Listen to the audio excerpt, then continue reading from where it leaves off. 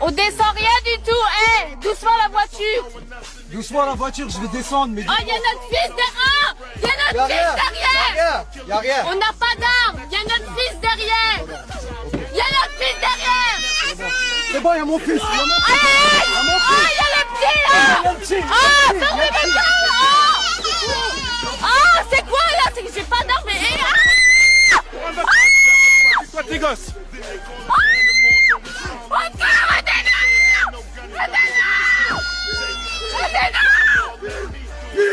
Film, j'ai rien fait. T'inquiète pas, t'appelles l'avocat, t'inquiète pas. Eh, votre collègue il m'a poussé contre la voiture. Je recule, je vous touche pas. Oui, mais il a pas poussé contre la portière, votre collègue. Il a pas poussé contre la voiture. Il a pas poussé, moi je vous insulte pas, je vous ai pas touché. Je filme. Oui, mais je vous touche pas. Non. Elle reste pas en plein milieu de la route, vous inquiétez pas, j'ai appelé ses cousins, ils vont venir. Ah non mais laisse-la, ça c'est brutalité policière. Je prends ses lunettes. Laissez-moi. Je prends ses lunettes. T'inquiète pas Farid, je vais appeler, t'inquiète pas, je vais appeler. Je vais appeler Kader, attends il va venir. Hé. Ah, ça c'est la preuve, c'est la voiture à moi. C'est ma voiture à moi. C'est ma voiture à moi.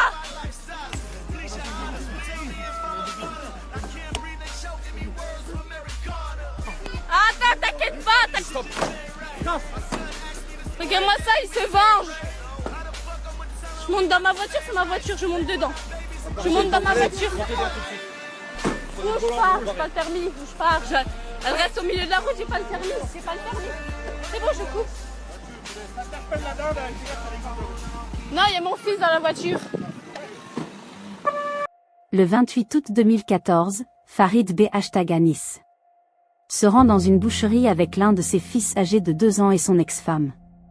Sur la route, il voit une voiture de police percuter un jeune homme en scooter, sans casque. Le jeune homme est projeté en avant. Farid B. Anis et sa famille approchent pour voir ce qui se passe. Le jeune homme demande à Farid B. de filmer la scène et dit « Les policiers m'ont foncé dedans exprès ». Farid B. filme l'intervention puis regagne sa voiture. À ce moment-là, il est interpellé par un policier du nom de Grégory Jean, qui lui demande quel travail il peut bien faire pour avoir une telle voiture. Farid B. répond qu'il travaille dans l'automobile, il gère une société de vente et d'achat de véhicules, et qu'au vu de son langage, ce n'est pas du trafic. Le policier répond « Oui, bien sûr, on connaît les gens comme toi. » Farid B.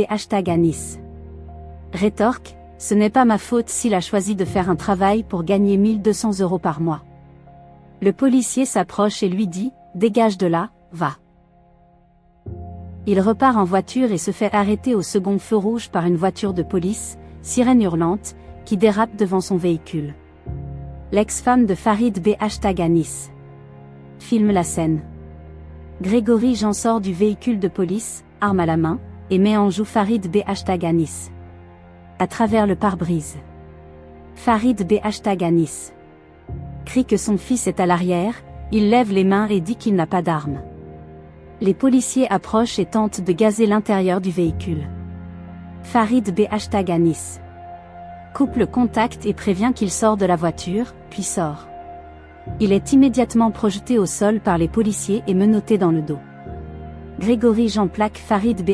Anis contre le capot de sa voiture en le tenant par le cou pendant qu'un des 3 policiers le gaze en plein visage. Son ex-femme leur demande d'arrêter, et un policier demande à la radio s'ils peuvent l'arrêter également. Puis un policier lui dit de « dégager avec son gosse ». Farid B. Anis est ensuite jeté à l'arrière du véhicule de police, couché, les mains dans le dos, 2 policiers s'assoient sur lui et le roue-de-coupe pendant le trajet. Arrivé au poste, il est projeté contre un bureau, son crâne heurte le meuble, il commence à saigner et à faire un malaise. Toujours au niveau du bureau, il se vomit dessus et perd connaissance. Les policiers refusent d'appeler les secours au motif que, ils simulent. Finalement, les pompiers arrivent et exigent que les policiers signent une décharge s'ils ne veulent pas l'escorter à l'hôpital. Farid B est transporté à l'hôpital, où on lui pose des agrafes, puis il est reconduit en garde à vue. Une équipe de policiers le prend alors en charge tout en continuant de l'insulter. Ils le remettent en cellule avec un casque sur la tête et des colliers de serrage aux mains et aux pieds. Farid B #Anis parvient à défaire les serrages et sent le sang couler sur sa tête. Le casque a été enfoncé si violemment qu'il a arraché les agrafes posées sur son crâne. Farid B alerte les policiers, qui l'ignorent. Il est finalement transporté une nouvelle fois à l'hôpital. Il apprend alors que les policiers ont affirmé qu'il s'était frappé la tête contre les murs pour expliquer ses blessures, alors même qu'il portait un casque. Le certificat médical fait état d'un traumatisme crânien, de plaies et de bleus sur le corps. Farid B #Anis passe en comparution immédiate et est placé en mandat de dépôt à la prison de Mesqueleu pendant le week-end. Durant ce week-end, il fait l'objet d'une rétention de permis sans en être informé. Il passe devant la cour le 1er septembre pour outrage, rébellion et menace de mort. Il écope de 6 mois de prison dont 3 mois avec sursis, de 2 ans de mise à l'épreuve et d'une rétention de permis pour alcoolémie, alors qu'il ne boit pas d'alcool et qu'aucun test d'alcoolémie n'a été réalisé. Le jugement est confirmé en appel le 25 juin 2015. Le TGI de Metz refuse de visionner la vidéo car elle serait « sans rapport ». Le préfet valide la rétention du permis en indiquant que les faits se seraient produits, sous alcoolémie, au volant le 29 août 2014, alors que Farid B #Anis était en garde à vue et blessé dans les locaux de police depuis 24 heures. Il découvre la rétention de permis en sortant de prison, lors de la fouille. Il ressort libre de l'audience. Quelques jours plus tard, Farid B #Anis est entendu par l'IGPN après que son ex-compagne leur a signalé l'agression sur la plateforme internet. La vidéo est visionnée et copiée par l'IGPN. Farid B et son ex-femme portent plainte. L'enquête est effectuée, les policiers sont auditionnés et placés en garde à vue. En décembre 2014, le procureur conclut à une proportion normale de la force employée, et l'affaire est classée. La vidéo est publiée quelques jours après la condamnation. Le 11 septembre 2014, le domicile de Farid B #Anis est perquisitionné pour outrage public. Les ordinateurs privés et professionnels sont saisis. Farid B est relaxé mais tout le matériel informatique est détruit malgré l'absence d'infraction constatée.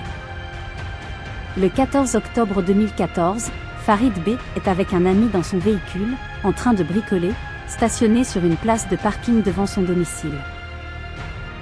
Lorsqu'un policier se jette sur lui, il se réfugie dans son garage pour se protéger. Le policier entre dans le garage pour le sortir par la force, puis s'arrête et repart. Farid B est alors convoqué le 23 octobre 2014 en comparution immédiate pour conduite sans permis. Il est condamné à 6 mois de prison en semi-liberté, il fait une semaine de prison avant d'être placé sous bracelet électronique. Son ex-femme est placée en garde à vue puis relâchée sans poursuite au bout de 12 heures. Le 15 décembre 2014, alors en semi-liberté, Farid B #Anis est renvoyé devant le tribunal correctionnel pour une décision contradictoire concernant le permis de conduire, jugement du 1er septembre 2014. L'audience est renvoyée au 22 mai 2015, le rapport de la préfecture n'étant pas disponible. Le 22 mai, le jugement confirme la suspension du permis à cette date. Le 20 juin 2016, Farid B #Anis est condamné pour outrage, rébellion et possession d'armes à 18 mois de prison dont 12 mois avec sursis, et 6 mois fermes qu'il avait commencé à exécuter sous bracelet électronique depuis 14 jours. Un mandat de dépôt est prononcé. Il est reproché à Farid B des écrits sur Internet concernant son affaire, certaines personnes auraient communiqué des informations sur Grégory Jean et des menaces auraient été proférées. Lors de la perquisition, les policiers trouvent un stylo-pistolet cassé, un objet de collection, sur son bureau, et le catégorisent comme arme de 3e catégorie. L'objet, acheté plusieurs années auparavant, était neutralisé et purement décoratif. Farid B #Anis est placé en détention, dans des conditions très dures. On lui retire toutes ses réductions de peine supplémentaires, RPS, et toutes ses demandes d'aménagement sont refusées. La juge laisse entendre qu'elle est en accord avec les policiers. Farid B exécutera l'intégralité de sa peine. En détention, il est harcelé par des surveillants. Le 20 décembre 2016, à une semaine de sa sortie, on glisse sous sa porte un flyer pour réserver une table au restaurant. Comme son codétenu à la gale, Farid B est soupçonné d'être contaminé et est placé en quarantaine. Il passe 96 heures en confinement total.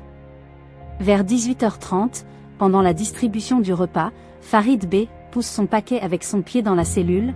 La chef appuie sur le bouton d'alarme en prétextant qu'il l'aurait menacé de l'afficher sur Internet.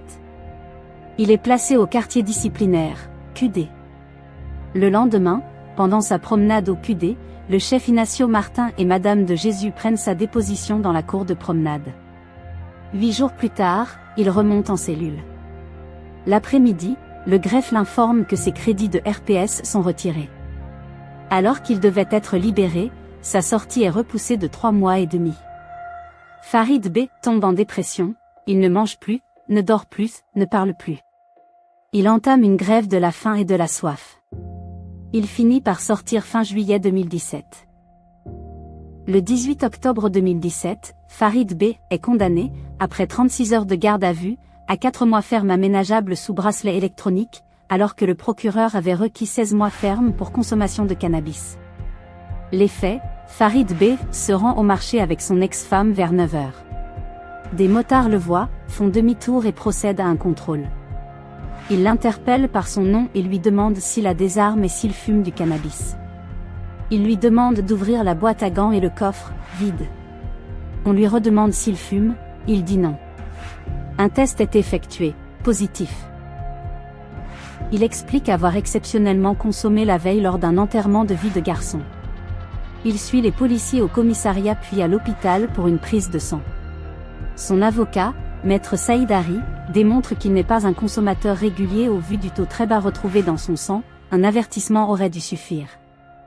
Lors de l'audience, l'avocat souligne que Farid B fait l'objet d'un acharnement judiciaire. L'avocat et l'ex-femme interviennent à la radio L'Envolée le 26 octobre 2017 pour dénoncer cet acharnement. En 2021, alors que Farid B rentre chez lui avec des courses vers 21h, il entend 2 voix l'appeler.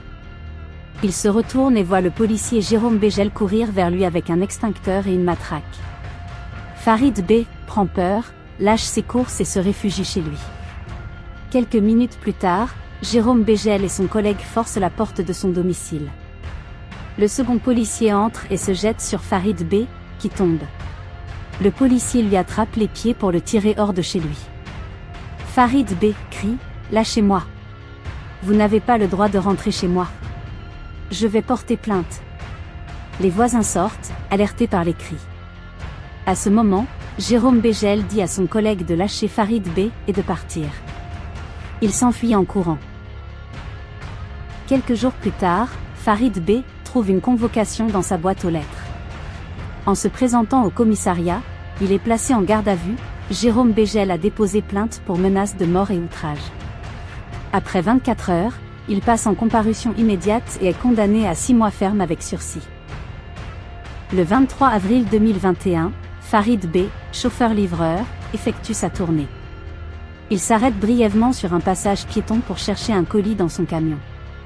Quand il se retourne, il voit 4 policiers l'observer. Il descend avec son colis. Les policiers lui disent « Tu n'as pas le droit de stationner ici, on va te mettre des PV. » Jérôme Bégel ajoute « Toi, petit enculé, je ne vais pas te lâcher.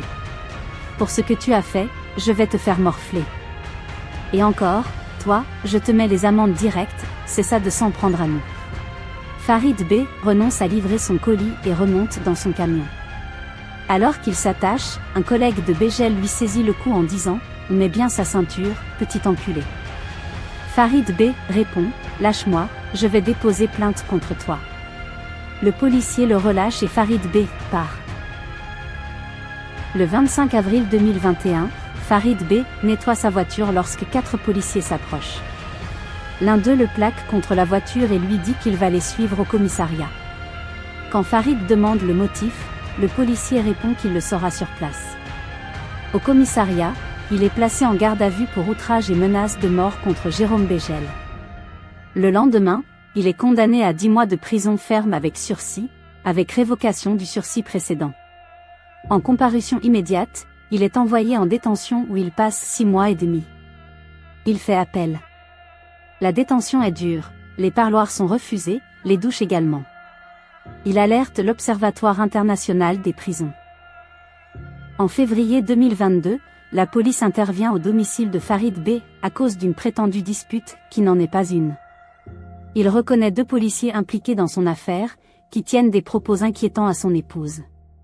Pris de peur, il se dirige vers la fenêtre, saute, et se fracture les 2 chevilles. Il est hospitalisé longuement, incapable de marcher, et subit une lourde opération. Au printemps 2022, alors qu'il se déplace en fauteuil roulant, il est contrôlé en allant acheter du pain. Les policiers le placent en garde à vue et appellent sa femme pour la pousser à déposer plainte contre lui, sinon, menace-t-il, les enfants seront retirés.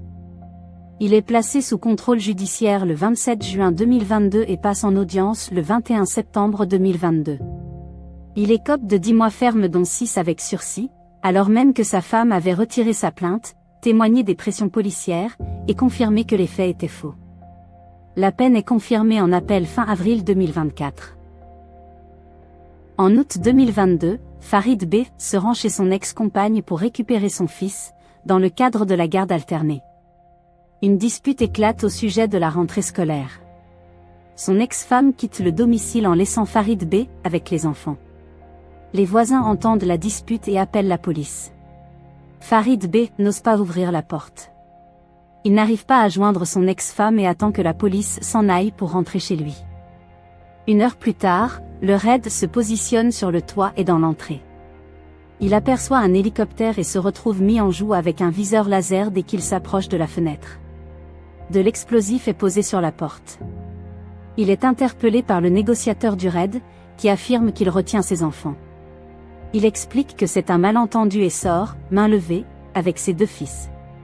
Il est placé en garde à vue pendant 6 heures, puis relâché après explication. Aujourd'hui, les dommages et intérêts qu'il doit verser aux policiers se chiffrent en milliers d'euros. Depuis juin 2023, il est en attente du renouvellement de son titre de séjour de 10 ans. Il est en règle, il vit en France depuis 1995, travaille, est en couple et père de 5 enfants français dont il s'occupe. La mère est française et vit en France. En décembre 2024, la police aux frontières se rend au domicile de son ex-compagne pour lui remettre un avis d'expulsion pour danger grave à l'ordre public, alors qu'il n'habite plus là. Il contacte Farid B pour qu'il récupère une convocation. Il la récupère hors délai et son passage devant la COMEX est reprogrammé. La présidente de la commission est une ancienne juge du TGI de Metz qu'il avait déjà condamné par le passé. L'avis d'expulsion est confirmé. Le 12 mai 2025, une secrétaire de la préfecture et un policier en civil se rendent à son domicile pour lui remettre une assignation à résidence, interdiction de sortir entre 20h et 6h, obligation de se présenter chaque jour, week-end et jours fériés compris, au commissariat de Metz entre 15h30 et 17h pour signer, interdiction de quitter la Moselle pendant 45 jours. 2 jours avant la fin de l'assignation, alors qu'il se rend au commissariat pour signer, il est arrêté au motif qu'il ferait l'objet d'une fiche de recherche. Au commissariat, on lui annonce son placement en garde à vue suite à une plainte de sa compagne. Celle-ci se rend au commissariat pour confirmer qu'elle n'a jamais déposé plainte. Il est relâché 3 heures plus tard, les policiers parlent d'un malentendu.